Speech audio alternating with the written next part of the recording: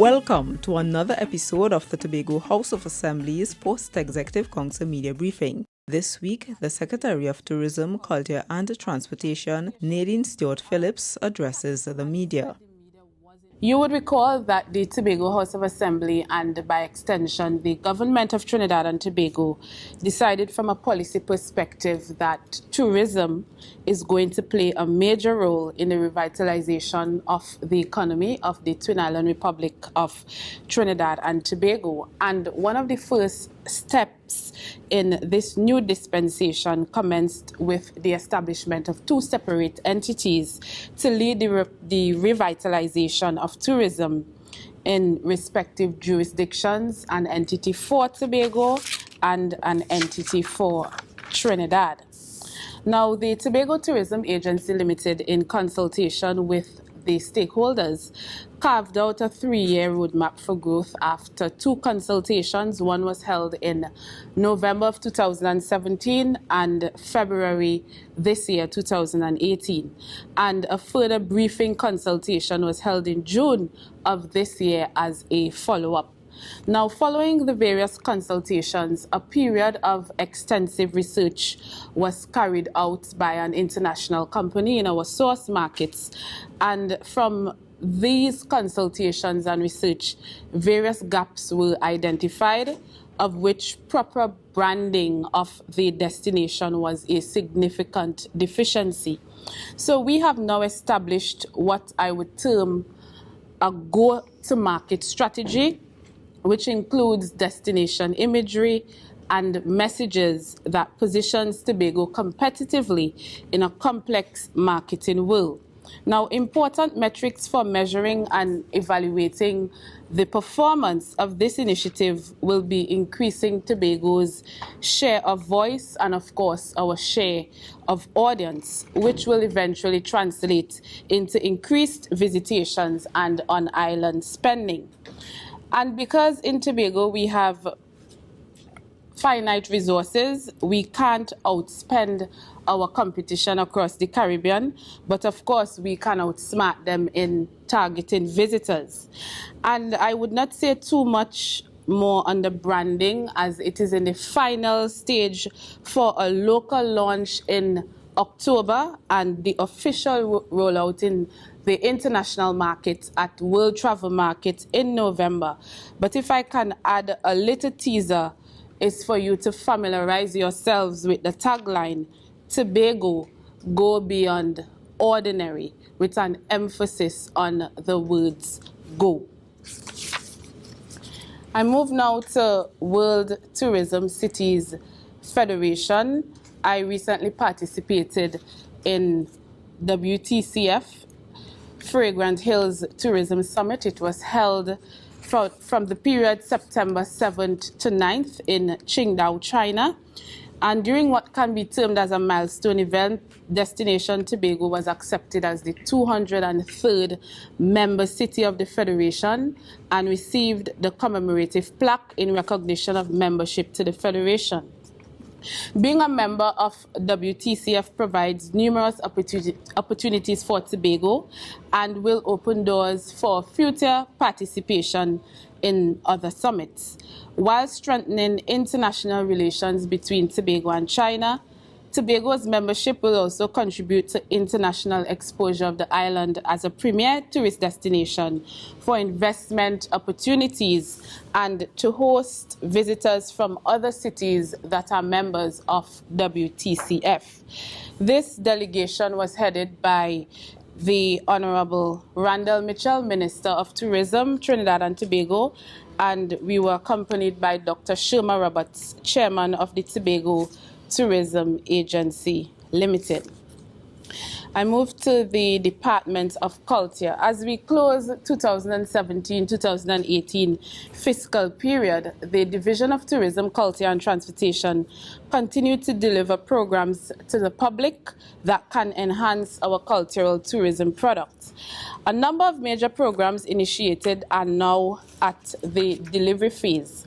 And these include, first, our Performing Arts Training Program. This program was launched in May 2018, and this is geared towards the professional preparation of performers in music, dance, drumming, drama, and serves as a vehicle for cultural development throughout communities, youth organizations, schools, special interest groups. These programs are ongoing, and the first cycle should be completed in November. We also have the Arts Push Training Program. This is a more advanced program and facilitates industry practitioners, knowledge bearers, and academics, more or less bringing them up to date with industry best practices and new global trends. This year, we saw an increase in participants in most of the courses offered. Dance and drama, we have 27 participants. Contemporary African and Caribbean folk, we have 50 participants. West African drum and dance, we have 37 participants.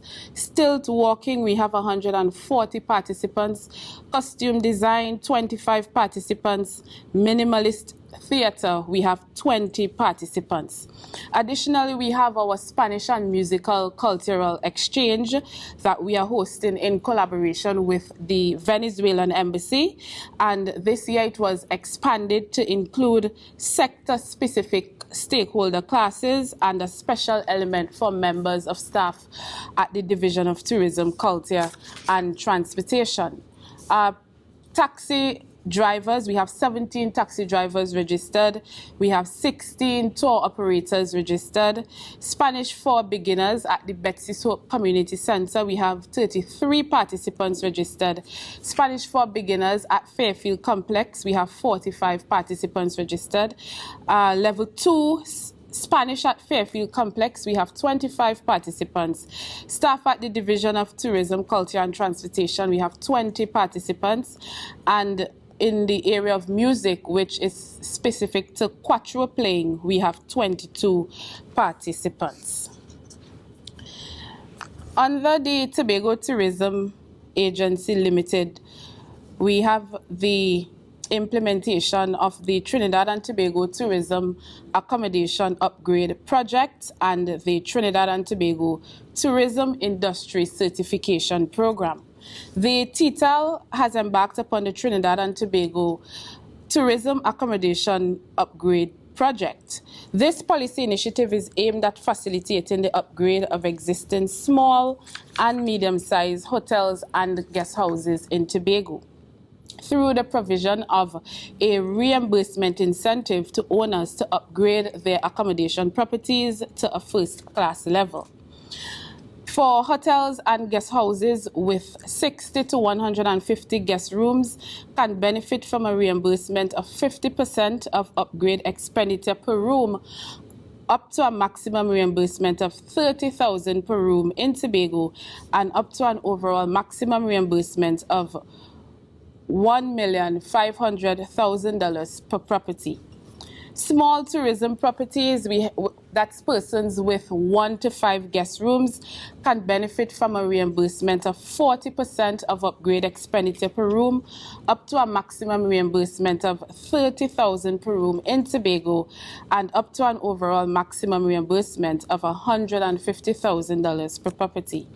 Currently, we have 2 properties that have already accessed this program and have started upgrade works.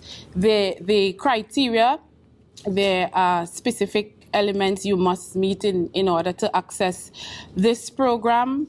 Operating as a tourism accommodation for more than 4 years, proof of ownership of property or deed, building approval from town and country planning, etc. So persons, stakeholders that may be interested, you can contact the Tobago Tourism Agency Limited for more information. It should also be noted that the Tobago Tourism Accommodation Upgrade Project is being implemented alongside the Trinidad and Tobago Tourism Industry Certification Program, which is scheduled to begin in the new fiscal year 2018-2019, and it is a voluntary program to encourage all our tourism stakeholders to obtain and maintain industry standards. TTIC, as it is fondly called, was established to provide the assurance of quality to visitors by ensuring that operators maintain international standards of operations, increasing visitor confidence in booking tourism services in Trinidad and Tobago. These industry standards have been developed by the Trinidad and Tobago Bureau of Standards, the National Standard Certification Body, as well as through extensive stakeholder input. These national tourism standards incorporate international criteria addressing issues such as legal obligation of tourism operators, responsibilities of the operator, and systems of operations. I move to our community tourism awareness campaign update. This awareness campaign was launched in July of 2018 at the Fort King George Heritage Park. Meetings were held with key stakeholders on August 22nd and September 12th, of course, to get their support and buying and willingness to be a part of this campaign. And so we have upcoming activities that will commence in mid-October. First, we have the Tourism Educational TV series, where industry experts will share their views on the different aspects of the tourism industry. An awareness caravan, where training will be offered in customer service, hospitality, and the theme would be Smile and Talk Tobago. Community sensitization meetings to bring awareness of the importance of the tourism industry to Tobago's economy, as well as their role in enhancing community tourism. There would also be a community tourism project contest, where communities will have an opportunity to develop a sustainable tourism project using their community's resources or assets. There will also be a relaunch of the Know Your Tobago booklet, where information on tourism products and rich cultural history will be given. The Tobago Blue Food Festival. What can you expect at the Tobago Blue Food Festival 2018? This year's festivities have been extended to include an additional day of activities, which is the Curry Duck River Lime and the competition on Saturday, 20th of October. And as the name suggests, the River Lime will see participants vie for the title of Best Curry Duck Dish. Patrons will converge along the banks of the Bloody Bay River, providing the perfect setting for friendly competition, fun, and of course relaxation. The 20th anniversary of the Tobago Blue Food Festival will take place on Sunday, October 21st, 2018 at the Bloody Bay Recreational Ground. Patrons will be treated to live entertainment throughout the day. Sample the Dasheen cuisine will be available or purchased to their liking after the activities kick off at 9 a.m. The day's highlight is the cooking competition to determine who will capture the titles and bragging rights of Best Overall Dasheen Dish and Cook of the Day. Entertainment that has already been confirmed include Keyshawn Jack, Palativier, Sport Club Mentors, Aaron King, Pleasure Pirates, etc. The grounds will transform into several event zones, and these will include the Blue Food Shop, showcase and sale of the diverse products made from Dasheen, demonstration platform, live demonstrations in the preparation of products made from Dasheen, Dasheen information booth, information on the varying stages of the Dasheen from stock material, planting, growing, harvesting, cleaning, and preparation of the different Dasheen products. There would also be a Dasheen patch tour, organized tours of a nearby Dasheen farm, offering the public the opportunity to view and experience the many facets of the Dasheen farm. There will also be art and craft, where persons will be able to view students' portrayals inspired by the Blue Food Festival, along with other local crafts on sale. And a kids zone that would include a petting zoo of local animals and bouncy castle. Those will be on site for the children to enjoy as well. Private maxi taxis will be registered with the Tobago Festivals Commission to provide return transportation from the Scarborough Market Square for a nominal fee. Registered vehicles will be provided with passes direct to the venue. Shuttles will also depart the Sid Gray Stadium Sporting Complex car park in Roxborough starting from 9:30 a.m. and the return service to Roxborough will start at 4:30 p.m. And this service from Roxborough is free, courtesy the Tobago Festivals Commission. I move to the State of the Tourism Industry Conference. During the period October 1st to October 6th, I will lead a delegation from Tobago to SOTIC, as we call it, in the Bahamas. The State of the Tourism Industry Conference is an annual convocation event hosted by the CTO, the Caribbean Tourism Organization, where Caribbean tourism practitioners, policymakers, strategic partners at the highest levels gather to discuss issues and generally develop action plans that will benefit the tourism industry in the Caribbean. The theme for this year's conference is Rejuvenate, Recreate, Reconnect, New Directions for Caribbean Tourism. Of notable mention is the Caribbean Tourism Youth Congress, which forms an integral part of the conference. Each CTO member country is allowed one member as junior minister or commissioner of tourism who will make their contribution to the discussion at the Youth Congress, which is one of the vehicles through which the Caribbean Tourism Organization encourages the best and brightest to consider tourism as a career. I am pleased to advise that for the first time, Tobago will have representation by none other than our Junior Secretary of Tourism in the person of Mr. Jamon Madden.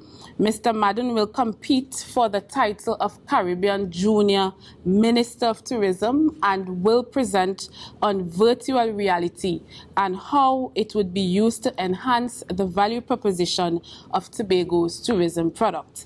And based on what I have seen thus far, Jamon is ready and will represent us well at this competition.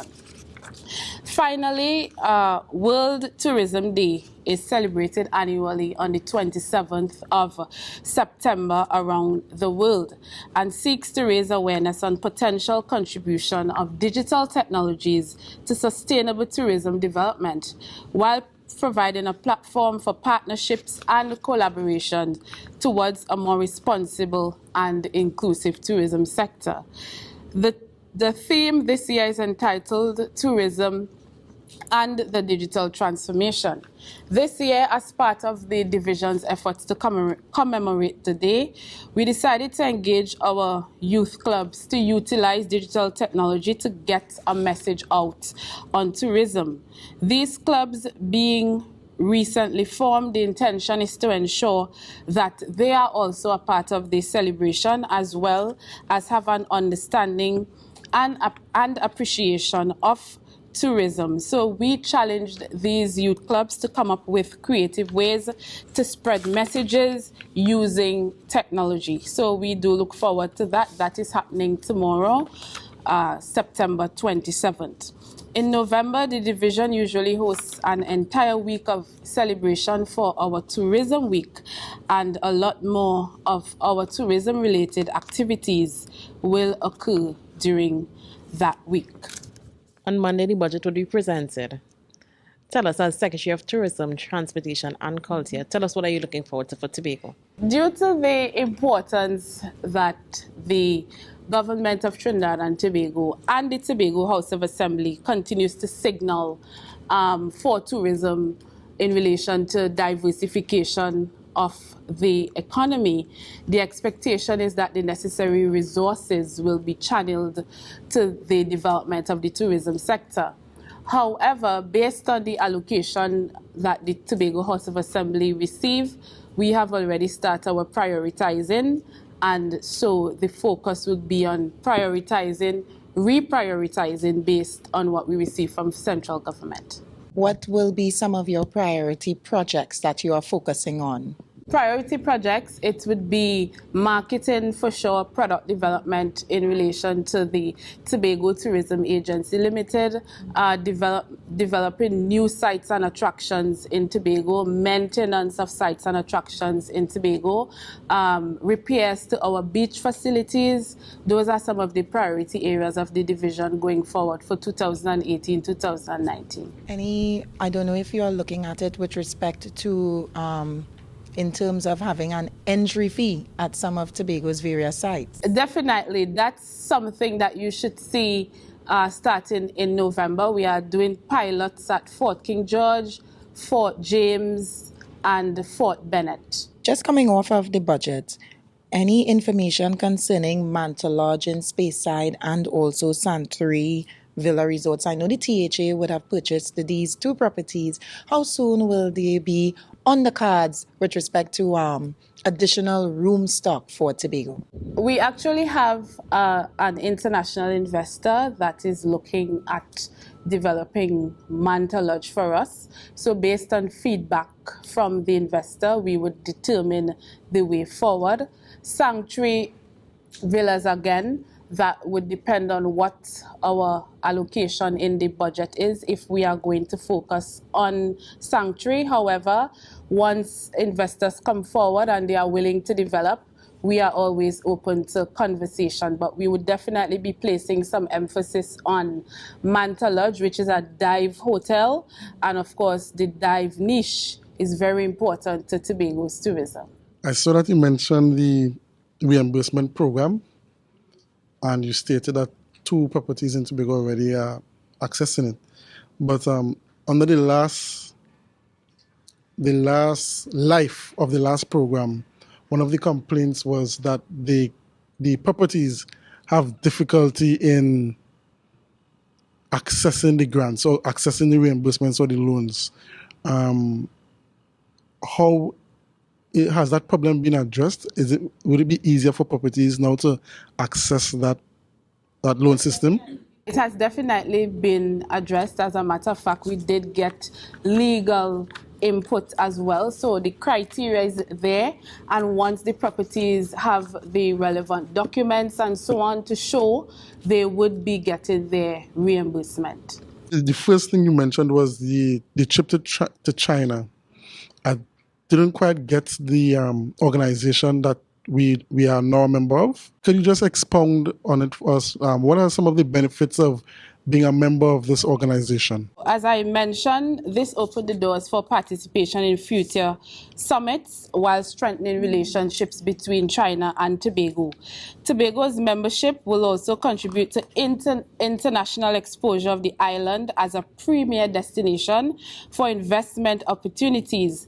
And as a member of the WTCF, we would have the opportunity to host other members here in Tobago. So Las Vegas, Beijing is one of the cities, Qingdao is one of the cities, so we would be participating in cultural and tourism exchange programs as well. I saw that Jamaica is developing a cultural